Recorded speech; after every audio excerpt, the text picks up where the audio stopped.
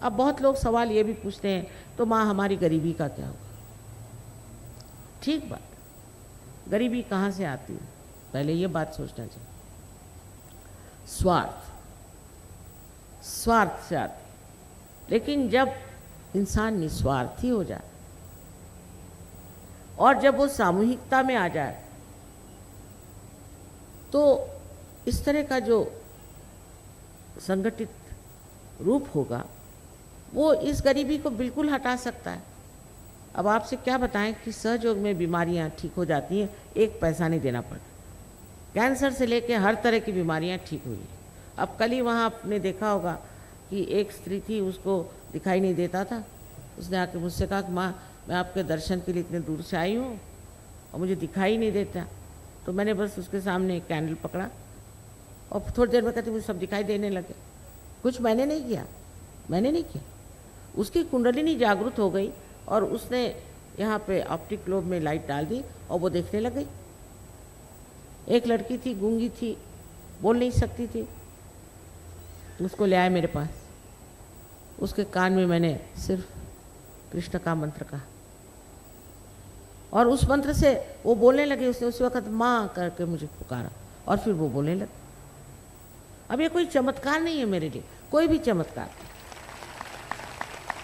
आपके लिए चमत्कार हो गया, ये कोई चमत्कार की बात नहीं। देखिए, ये जो कुंडलिनी है ना, ये जब जागृत होती है तो ये जो 6 चक्रों में से गुजरती है और इन 6 चक्रों में से गुजरते वक्त ये आपके चक्रों को पूरी तरह से प्रकाशित कर देती है और उसके अंदर उसकी ऊर्जा, उसकी एनर्जी भर देती है। इन चक्रों की गड़बड़ी से ही आप बीमार रहते हैं, आपको तकलीफ है।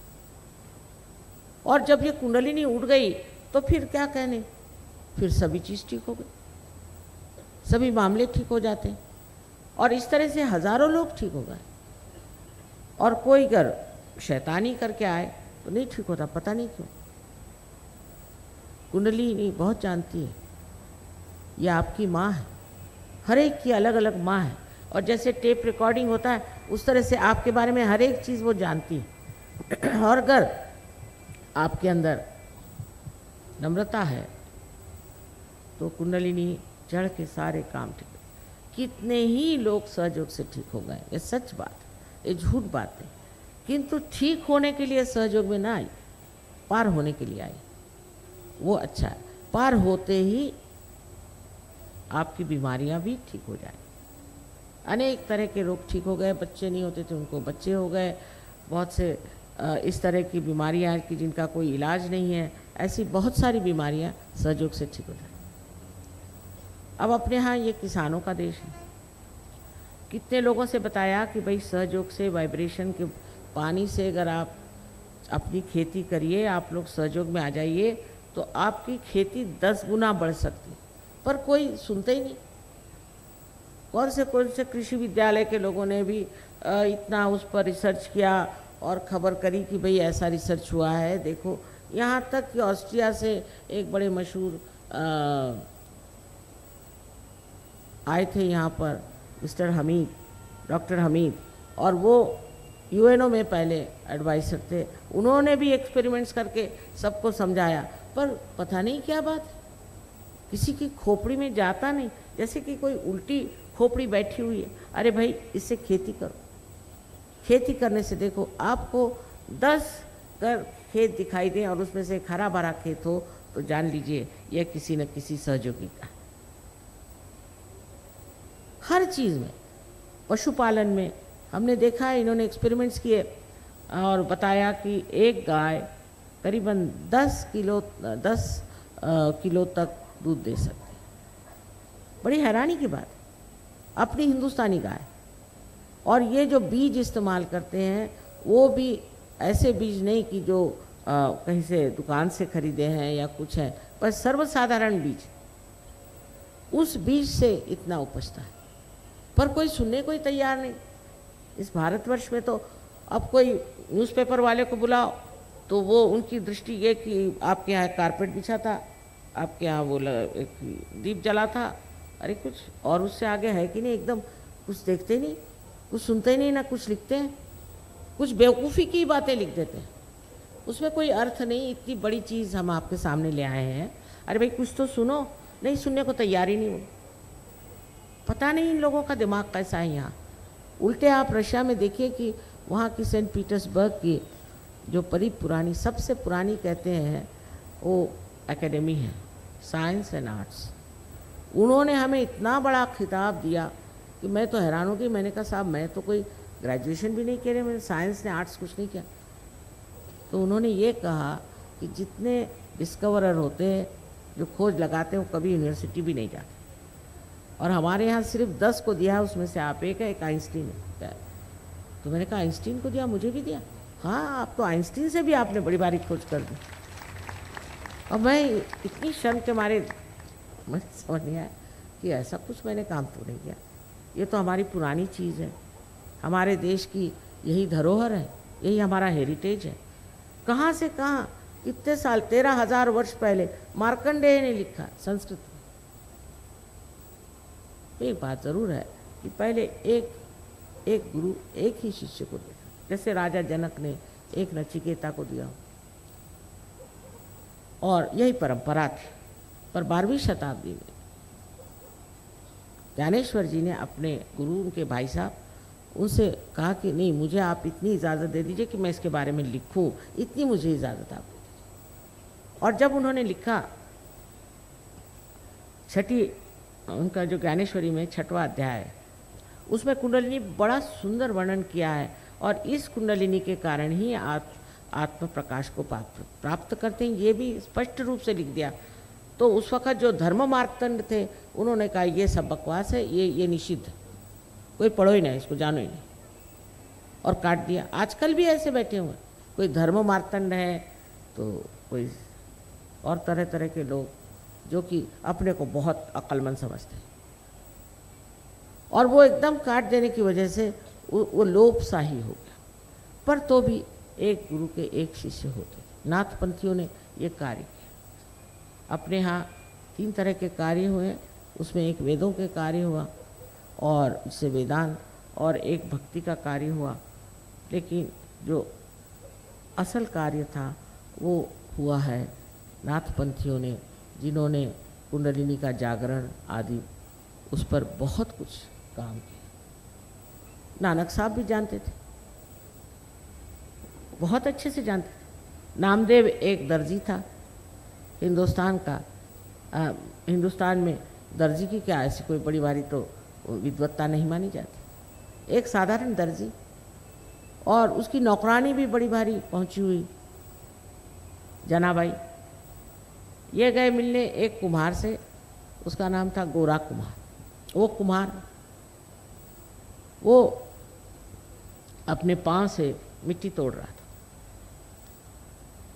उसको देख करके नामदेव एकदम हठात खड़े, शानदार लोग, शानदार लोग। और उन्होंने क्या कहा, मराठी में कहा है, निर्गुणाचा भेटी आलो सगुणाश।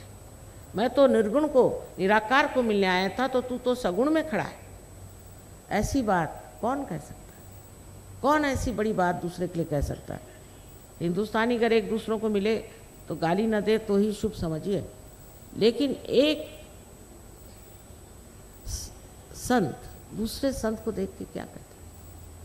क्या कहता है कि तू तो साकार में निराकार खड़ा हुआ है। फिर वो गए पंजाब। पंजाब में नानक साहब ने पहचान लिया, तो बहुत बड़ी हस्ती थी। उन्होंने उनको कहा कि ठीक है, आप पंजाबी सीखिए और पंजाबी में लिखिए, और इतनी बड़ी किताब लिखी है उन्होंने पंजाबी में, और गुरु ग्रंथ साहब में भी उनके बहुत से ये है। अब ये पहचान, ये समझ, ये सिर्फ संतों को ही आ सकती।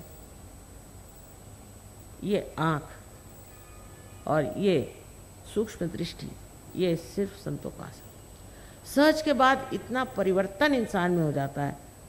लेकिन मैं बहुत सी बातें इसलिए नहीं कहूँगी, आधे लोग उठ के चले जाएंगे। माने कि शराब छूट जाती बिल्कुल पूरी तरह से। सबों ने कहा कि शराब मत पी। मोहम्मद साहब के ज़माने में उन्होंने कहा शराब मत पियो, लेकिन सिगरेट तब नहीं थी। तो नानक साहब आए उनकी जगह, उन्होंने कहा भाई सिगरेट भी मत पियो। लेकिन ये सब कहना मात्र कहना है, नहीं तो आप जाइए लंदन में तो दिखाएंगे आपको कि उनका कितना बड़ा पब है, घर के अंदर पब खोले हो। ऐसे तो अंग्रेज़ भी नहीं करते, वो भी कहीं अलमारियों में रखते हैं, पर ये तो सामने ही जाइए तो पब पब। ये जो चीज़ आ गई है कि जो उन्होंने कहा, जो उन्होंने बताया, उसका परिपालन करना बहुत मुश्किल हो गया लोगों। कोई करते हैं, कोई छिपके करते हैं, कोई आधा करते हैं, कोई ज़्यादा करते हैं, क्योंकि उनके अंदर वो शक्ति नहीं, समर्थ नहीं। पर सहयोग में आप समर्थ हो जाते हैं। ऐसे समझ लीजिए कि अगर मेरे हाथ में एक सांप है और मैं बहुत ज़िद्दी औरत हूँ और आप कहें कि आप बहुत ज़िद्दी हैं, तो मैं तो कभी न मानूं।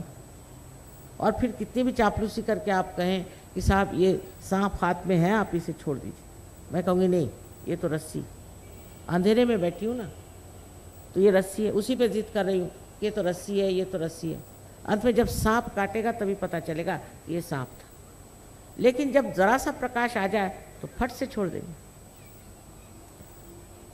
फट से चीज़ छूट जाती। इसी तरह से जो हमारे अंदर हमें नाश करने वाली जो चीज़ें बैठ गई, वो पूरी तरह से छूट जाती। मनुष्य एकदम स्वच्छ।